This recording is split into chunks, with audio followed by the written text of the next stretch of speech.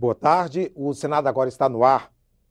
Os líderes do Senado decidem agora à tarde qual proposta de redução da maioridade penal será votada pelo plenário. Pode ser criada uma comissão especial de senadores para discutir o tema. A Câmara dos Deputados realizou nesta terça-feira sessão solene em homenagem ao Estatuto da Criança e do Adolescente, que completa 25 anos na próxima segunda-feira.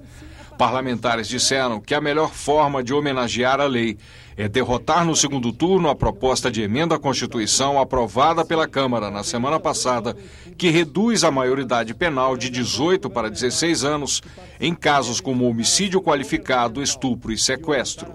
O mundo inteiro é 18 anos. A Inglaterra, os Estados Unidos estão revisando e aumentando a maioridade. O Brasil está na contramão. Uma lástima. O Senado pode criar uma comissão especial para discutir todas as propostas de redução da maioridade penal. Os líderes vão se reunir agora à tarde para tomar uma decisão. O senador Aloysio Nunes é autor de uma proposta semelhante à aprovada pela Câmara, mas não exclui o tráfico de drogas e a lesão corporal grave como fizeram os deputados. O texto já foi rejeitado pela Comissão de Constituição e Justiça, mas um recurso do senador levou o projeto ao plenário. É uma proposta que estabelece um certo caminho do meio, porque ao mesmo tempo que se mantém a regra dos 18 anos, você abre a possibilidade de, já a partir dos 16 anos, em casos graves, em casos de crimes violentos, de reincidência, você ter, então, a aplicação da lei penal, desde que o juiz considere, mediante um processo com especialistas, com a averiguação dos antecedentes, o juiz considere que aquele jovem tem condições de assumir responsabilidade pelo que faz. O senador José Serra tem uma proposta que se aplica aos crimes hediondos, mas de uma forma diferente. Ele aumenta de 3 para 10 anos o tempo máximo de internação nos estabelecimentos socioeducativos destinados aos menores infratores. Esse texto tem a simpatia do governo, mas senadores petistas sugerem que o Senado aguarde a chegada do projeto da Câmara. Aí a gente vai ter um instrumento aqui para dialogar com os senadores, para dizer o seguinte: olha, para aprovar a emenda constitucional aqui no Senado, eles precisam ter 49 votos e nós 33. Nós já temos de uma frente progressista aqui 30 senadores que se posicionaram contra a redução da maioridade penal. Eu acho que se a gente preserva esse projeto do Serra aqui, fica mais fácil a gente construir um acordo para derrotar a emenda constitucional e aprovar essa alteração no ECA. A Comissão de Meio Ambiente aprovou o projeto que institui a Política Nacional de Combate à Desertificação. O texto é um substitutivo ao projeto do ex-senador Inácio Arruda, que tramita desde 2007 no Congresso Nacional. A matéria pode ser votada ainda hoje em regime de urgência no plenário do Senado. Desertificação é um fenômeno provocado pela degradação das terras nas zonas áridas, semiáridas e subúmidas secas do planeta. É provocada por fatores climáticos e também pela ação do homem. Quando desenvolve atividades econômicas de forma não sustentável nas regiões de clima seco e solos pobres, o homem contribui de forma decisiva para a desertificação. Hoje, 33% da superfície terrestre são afetados pelo problema. 1/3 de todo o planeta.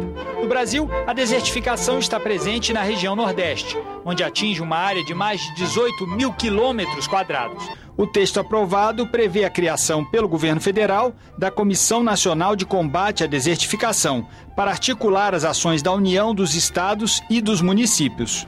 É importante se combater a desertificação e, onde aconteceu isso, buscar políticas públicas que possam recompor as matas e as florestas, ou até a caatinga que foi destruída. Outro projeto aprovado estabelece a isenção de ITR, o Imposto Territorial Rural, para imóveis às margens do Rio São Francisco ou de seus afluentes e nascentes. A isenção vale para as propriedades que já preservam ou que estejam recompondo a vegetação em áreas de preservação permanentes, as APPs, previstas pelo Código Florestal Brasileiro. As canoas estão encalhando no Rio São Francisco. Então, pela primeira vez, vai acontecer a interrupção do Rio São Francisco entre Xique-Xique e Mor-Pará, que é de uma gravidade muito grande, uma coisa que precisa realmente de uma ação imediata do governo federal. Acho muito oportuno que nesse segundo semestre Vossa Excelência lidere um grupo dessa comissão aqui do Senado, junto com o Ministério da Integração, onde se possa fazer as duas coisas: visitar essa fase final agora que está se entrando nas obras de transposição de São Francisco, mas que se faça o trabalho indo onde Vossa Excelência põe o dedo lá, colocando da grave situação que nós temos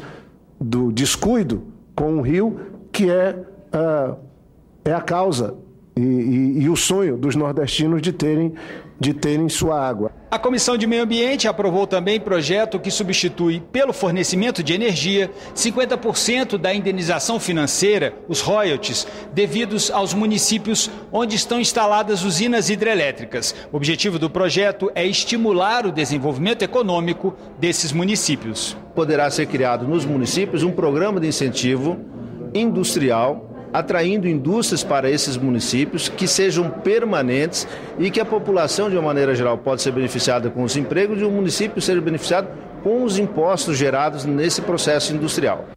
Financiar a obtenção da carteira de motorista para pessoas de baixa renda é o objetivo de um projeto aprovado nesta terça-feira pela Comissão de Assuntos Econômicos. A matéria ainda precisa passar pela Comissão de Constituição e Justiça. Os recursos viriam do Fundo Nacional de Segurança de Trânsito e beneficiariam pessoas com renda familiar mensal inferior a 3 salários mínimos.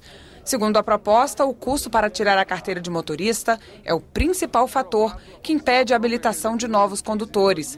A prioridade é aplicar o dinheiro em regiões e municípios com altos níveis de tráfego e acidentes de trânsito. Nós vamos apoiar e votar favoravelmente por entender que tem uma conotação não só no que diz respeito à questão da educação no trânsito, mas principalmente ao índice alarmante, né, dos desastres, dos acidentes de trânsito, principalmente com motos no nosso Brasil.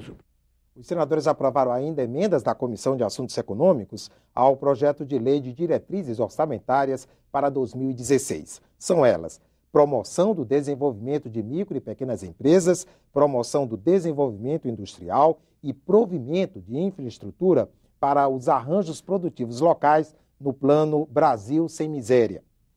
A Comissão de Direitos Humanos debateu em audiência pública esta manhã a importância do Conselho Nacional e das juntas de recurso da Previdência Social para o trabalhador brasileiro, além da situação funcional dos servidores.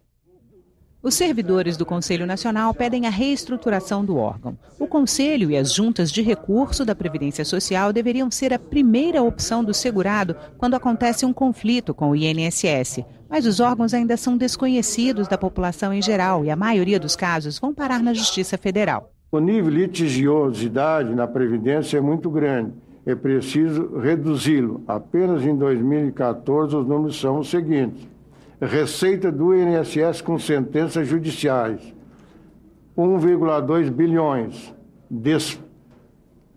Despesas do INSS com sentenças judiciais, 9,3 bilhões. É necessário, sim, que o público saiba melhor, a própria casa, os próprios funcionários saibam melhor que existem essas instâncias para resolver de forma mais rápida os conflitos, para que não se chegue ao judiciário, que leva muito mais tempo e custa muito mais caro para todos nós. O custo total máximo, e eu repito, a possibilidade máxima não significa que nós atinjamos esse valor em cada processo, mas de R$ 526,32, ao passo que um processo do judiciário, em média, custa R$ 2.369,73, um custo bastante diferenciado. Os conselheiros presentes na audiência pediram que médicos façam parte da equipe. Nós hoje não temos essa assessoria técnica médica